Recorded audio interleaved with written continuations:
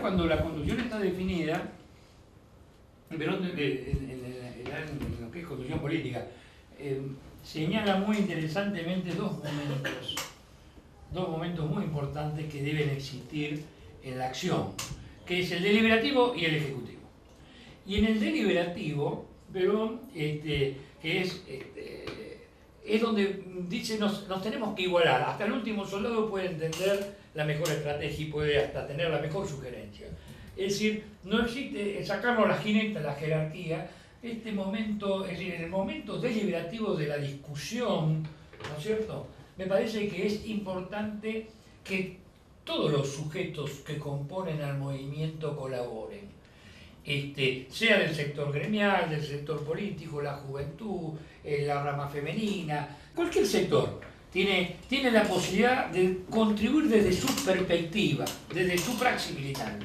Y cualquier sector puede contribuir a tener lucidez estratégica, digámoslo así. Ahora, eso sirve para la unidad de concepción, pero en realidad nosotros somos acción. Y para que haya acción, tiene que venir el momento de la ejecución, y el momento de la ejecución es disciplinado, tiene jerarquía. Y entonces ahí no todo jefe. Y la organización significa eso, que a uno le toca hacer una cosa, a otro le toca hacer otra cosa, y este momento ejecutivo, bueno, ¿cuál es a veces el defecto que se usa? Bueno, en el momento ejecutivo discutir. No, en el momento ejecutivo no hay que discutir, en el momento ejecutivo hay que cumplir, ¿no? Y ahí, en el momento ejecutivo, es bueno que baje la línea, por decirlo así. Es bueno, porque eso genera efectividad en la acción. Ahora, en el momento deliberativo no es bueno que baje la línea, es bueno que suba la línea, que se produzca en el seno de la comunidad organizada la línea. A veces se utiliza la jerarquía para imponer, claro, para bajar línea y para hacer dogma de eso, y eso, bueno, son los propios defectos de las especulaciones, de las miserias humanas, etc. Pero bueno, también esta dialéctica entre el momento de la igualdad y el momento de la jerarquía, ambos íntimamente necesarios, porque si no hay jerarquía, hay vasismo. Y el vasismo te lleva a una anarquía donde todos son iguales y en realidad esto destruye los ejércitos. Y el verticalismo, en realidad termina, en uno de los defectos que decía yo, termina en cierto sectarismo, o en que hay algunos iluminados que por la jineta imponen la verdad.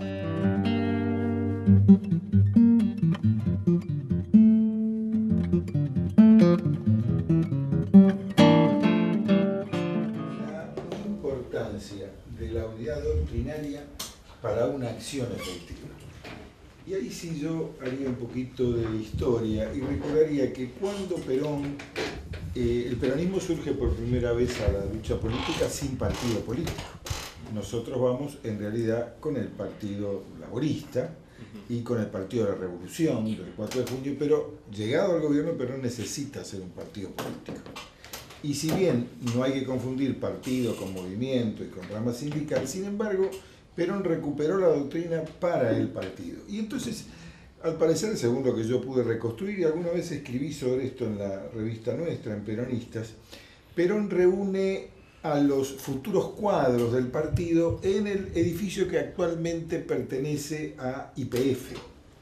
Eso era una repartición pública y entonces da una conferencia para los que iban a tener que redactar las primeras bases doctrinarias del Partido Justicialista, porque también había entonces que presentar lo que llamaríamos nosotros ahora una plataforma electoral o un programa de gobierno para ser reconocido.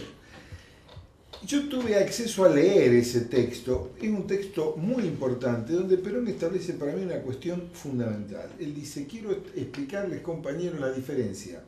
¿Por qué nosotros vamos a traer una revolución al sistema político argentino? Dice, porque nosotros vamos a hacer un partido de doctrina. Todo esto, hacer un partido de doctrina, dice, es hacer un partido moderno, donde si hay un líder, que lo va a tener que haber durante una etapa muy larga, no puede transformarse en un caudillo. Dice, porque todos los movimientos políticos que nos han precedido han sido movimientos caudillescos, donde la doctrina era una persona. Dice, nosotros vamos a hacer un partido de doctrina. Y para hacer un partido de doctrina, yo le voy a proponer, decía él allí, que toda nuestra plataforma política y nuestra doctrina está sintetizada en 3 banderas. Las famosas 3 banderas. Pero les aclara al público que no son peronistas. Que yo las pongo para el partido peronista, para este partido nuevo que vamos a hacer. Pero si el día de mañana estas 3 banderas son de cualquier argentino, que argentino va a poder decir, confesar abiertamente que está contra la independencia económica, la justicia social, la soberanía política. Bueno, yo voy a fundar un partido, dice, que pueda estar a la altura de esas banderas. Si el día de mañana los peronistas arrían esa bandera, o un conductor, entre comillas, le hace en la década del 90, se atreve a arriar esas banderas, pues el peronismo sufrirá una derrota interna, se disgregará, porque vendrán otros que la llevarán a la victoria y ya no será el partido peronista. Entonces a mí me parece que esto es muy importante. ¿De qué manera un partido moderno, ahora que estamos en los umbrales de refundación del sistema político, etcétera, etcétera, recordar ese mandato? Nosotros somos un partido de doctrina, un partido que puede realizar su actualización doctrinaria. El propio Perón decía que tenemos que pasar de una etapa gregaria a una etapa institucional, y él mismo previó la posibilidad del trasvasamiento generacional. A mí me parece que la doctrina, pero no la gran ideología, los tomos que se ponen en un lugar, sino estas 3 banderas fundamentales son las orillas. Aquel que, digamos, se va por afuera de alguna de esas ya no pertenece al cauce del río. Y está bien, porque ser peronista es una opción.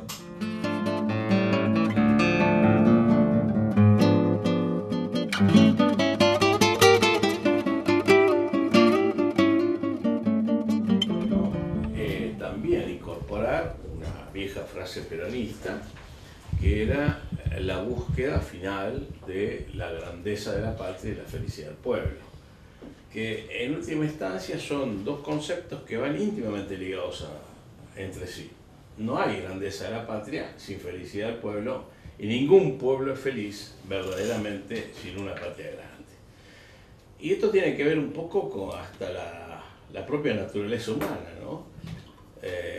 Con el hecho de que el hombre necesita, para hacer aflorar sus grandezas y ocultar sus miserias, de una causa noble. Porque la grandeza siempre es algo que nos excede. La miseria, en cambio, es algo muy íntimo, muy propio. Por eso podemos ser egoístas con la miseria, por eso somos egoístas con la miseria, y cuando establecemos relaciones miserables, lo que hacemos es entrar en complicidad. En cambio, la grandeza nos excede. Somos incapaces de grandeza si no es por otro o con otros. Exaltar la grandeza de cada uno exige, al contrario, una especie de cadena de solidaridad que en el peronismo llamamos lealtad. La lealtad no a la persona, sino la lealtad al modelo, al proyecto, que es el proyecto que exalta nuestras grandezas, que nos hace a todos copartícipes y solidarios de un objetivo que nos excede individualmente. Yo creo que esto es importante resaltarlo en el peronismo, porque el peronismo ha sido, no sé si el único, pero por lo menos el partido que más expresó esta cuestión de la grandeza, el que más exaltó la grandeza de las personas. Por eso Perón decía siempre: yo prefiero a una persona malvada a una persona tonta, porque el tonto nunca es capaz de reconocerse en el otro o de exaltar su propia grandeza en los demás. En cambio, el malvado es alguien que actúa como un miserable, pero que puede dejar de ser miserable si se le pone el cebo, digamos, de la grandeza en una causa noble.